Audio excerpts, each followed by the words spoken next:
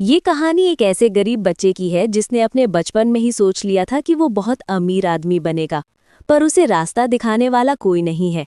उसे अपनी मंजिल तक खुद ही पहुंचना होगा। A for Ellie gamer presenting rising high. कहानी की शुरुआत में हमें विक्टर को दिखाया जाता है जो अपने मॉम डैड के साथ गरीबी की जिंदगी जीता है। हालात तब और भी बद से बदतर हो जाते हैं जब विक्टर के डैड की जॉब छूट जाती है। उसके बाद उसकी मॉम भी एक अमीर आदमी के लिए इन दोनों को छोड़कर चली जाती है।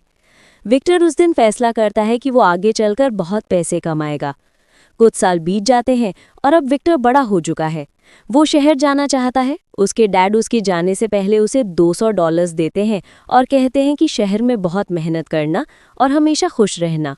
इसके बाद विक्टर शहर आ जाता है, जहां उसके पास इतने पैसे नहीं होते कि वो किसी कमरे को रेंट पर ले सके। हालांकि वो एक कमरा देखता भी है, लेकिन उसका रेंट $1200 होता है, इसीलिए रात उसे फुटपाथ पर गुजारनी पड़ती है। अगले दिन वो एक कंस्ट्रक्शन साइट पर जाता है, जहां पर वो एक मजदूर के तौर पर काम करता है। पूरे दिन मेहनत करने के बाद जब पैसों का वक्त आता है, तो उसका जो कॉन्ट्रैक्टर होता है वो उसे आधे पैसे देता है और कहता है कि आधे पैसे सिक्योरिटी के तौर पर मैंने अपने पास रख लिए। विक्टर के पास आज भी इतने पैसे नहीं हैं कि वो रात गुजारने के लिए कहीं पर छोटा मोटा कमरा किराए पर ले सके, इसीलिए वो एक बेंच पर लेट जाता है। बेंच पर लेटे हुए उसे ख्याल आता है कि अगर वो इसी तरह से काम करता रहा तो कभी वो जिंदगी में आगे नहीं बढ़ पाएगा। इसीलिए अगली सुबह वो अपने लिए बहुत अच्छे कपड़े खरीदता है, जिन्हें पहनकर उसे कॉन्फिडेंस आता है। जिसके बाद वो एक कैफ़े में जाकर अपने नकली डॉक्यूमेंट्स बनाता है। साथ ही अपना इनकम सर्टिफिकेट बनाता है, जिसमें उसकी इनकम $20,000 है। और अब वो एक रियल एस्टेट एजेंट से मिलता है। रियल एस्टेट एजेंट उसके कपड़े देखकर समझ जाती है कि ये बहुत ज़्यादा प्रीमियम नहीं है, इसीलिए वो बहुत ज़्यादा उसे एंटरटेन नहीं कर रही होती। पर जब वो अपना इनकम सर्टिफिकेट दिखाता है जिसमें $20,000 उसकी इनकम है, तो इसीलिए वो उसी कंस्ट्रक्शन साइट पर जाता है जहां पर उसने एक दिन पहले काम किया था। वहां पर जितने भी वर्कर्स होते हैं वो उन सबको इकट्ठा करता है और कहता है कि मुझे पता है कि तुम एक रात रुकने के लिए $38 चुकाते हो, पर मेरे पास एक प्रीमियम अपार्टमेंट है जिसमें हर तरह की फैसिलिटीज़ हैं और उस जगह पर रहने के लिए तुम्हें मात्र एक दिन के $40 देने होंगे और ना ही तुम्हें अपना इनकम सर्टिफिकेट दिखाना होगा। बहुत सारे वर्कर्स उसके साथ चलने के लिए तैयार हो जाते हैं और जब वो उस अपार्टमेंट को देखते हैं तो बहुत खुश हो जाते हैं। यहाँ पर विक्टर हिसाब लगाता है कि सारे खर्चे निकालने के बाद भी उसे महीने के $6,000 बच रहे होते हैं। इसीलिए वो इसी तरह के 10 और अपार्टमेंट्स को किराए पर ले लेता है और देखते देखते उसके पास बहुत सारे पैसे जमा हो जाते हैं। और एक रात को उसे पता चलता है कि जो अपार्टमेंट उसने रेंट पर लिया था, वहाँ पर रहने वाले लोग आपस में बहुत बुरी तरह से लड़ रहे हैं। उन्होंने अपार्टमेंट की हालत ख़राब कर दी होती है। विक्टर जब वहाँ पर जाता है तो उसे अपनी आंखों पर विश्वास नहीं होता। इनके आपस की लड़ाई की वजह से नेबर्स ने पुलिस को कॉल कर दिया होता है। साथ ही वो एजेंट भी आ जाती है जिसने विक्टर को ये रेंट पर दिया था। अब अरेस्ट होने के डर से वो पुलिस से भागना शुरू कर देता है। उसके साथ एक और आदमी भागता है जिसका नाम गैरी होता है। और जब ये पुलिस से बहुत दूर निकल जाते हैं तो ये एक बार में जाते हैं, जहाँ पर विक्टर गैरी को अपने बिजनेस के आइडियाज़ बताता है जो उसे बहुत अच्छे लगते हैं। इन दोनों को ये समझ में आ चुका है कि अगर इन दोनों को अमीर बनना है तो इन्हें रियल एस्टेट के बिजनेस में जाना होगा।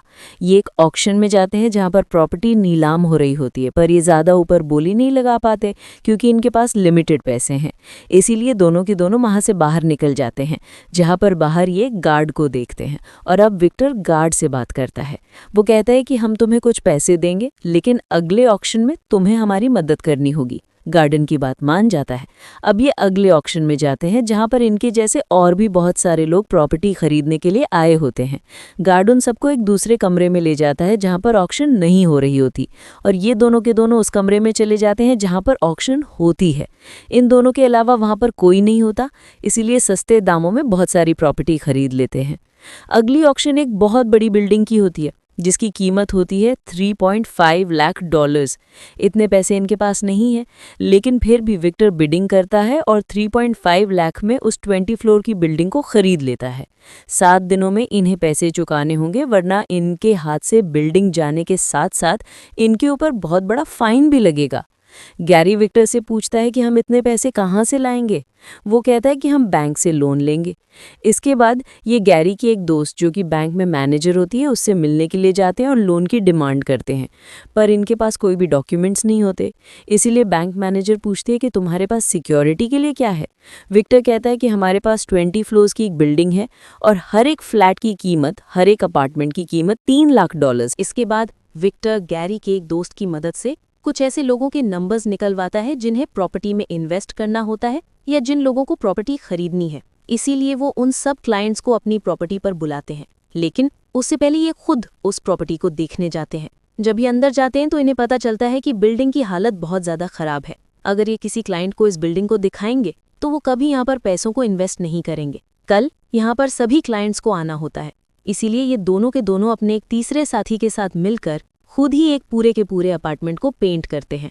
पूरी रात काम करने के बाद इनका काम खत्म हो जाता है। अगली सुबह यहाँ पर सभी क्लाइंट्स आ जाते हैं। ये बहुत जोश के साथ अपने फ्लैट को, अपने अपार्टमेंट बिल्डिंग को उन लोगों के सामने प्रेजेंट करते हैं।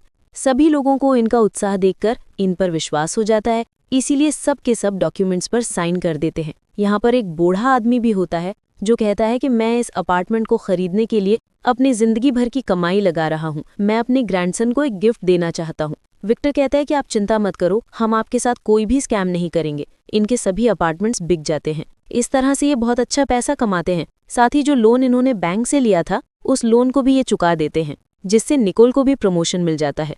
हालांकि विक्टर को और गैरी को पता है कि इन्होंने लोगों के साथ धोखा किया है, जिसके लिए इनके दिल में शुरू में गिल्ट भी आता है, पर पैसों की चकाचौंध में विक्टर सब कुछ भूल जाता है। साथ ही अब वो निकोल को डेट भी करता है, जिसके बाद ये दोनों के दोनों शादी कर लेते हैं। पर अब भी विक्टर की भूख नहीं मिटी, उसे बहुत अमीर बनना है। इसीलिए वो अपनी एक कंपनी शुरू करता है जो कि रियल एस्टेट की कंपनी है। इसके लिए वो एक बार फिर से निकोल की मदद से बैंक से लोन लेता है और अब वो एक बिलियनियर बन चुका है, जो कि उसका बचपन का सपना है। जैसा उसने सोचा था वैसा उसने कर दिया।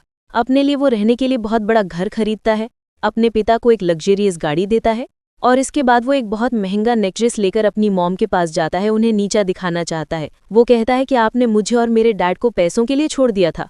उसकी मॉम ये सुनकर हैरान हो जाती है। वो कहती है कि तुम्हें शायद कोई गलत फहमी हुई है।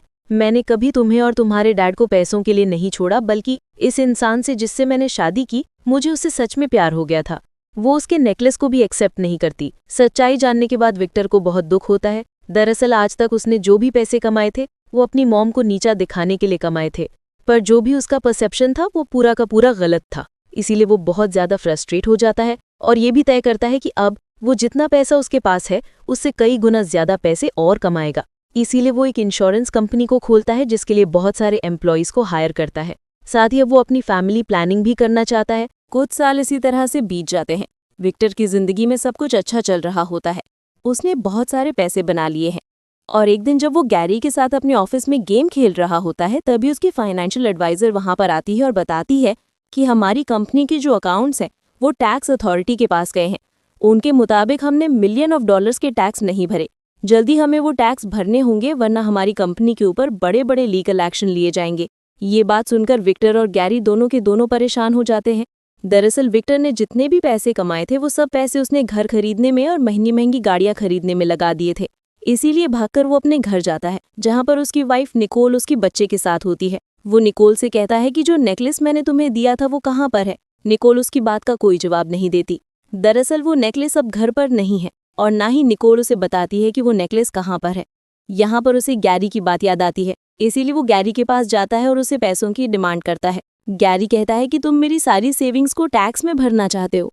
विक्टर कहता है कि नहीं, मैं टैक्स में नहीं भरना चाहता, बल्कि उन पैसों से मैं और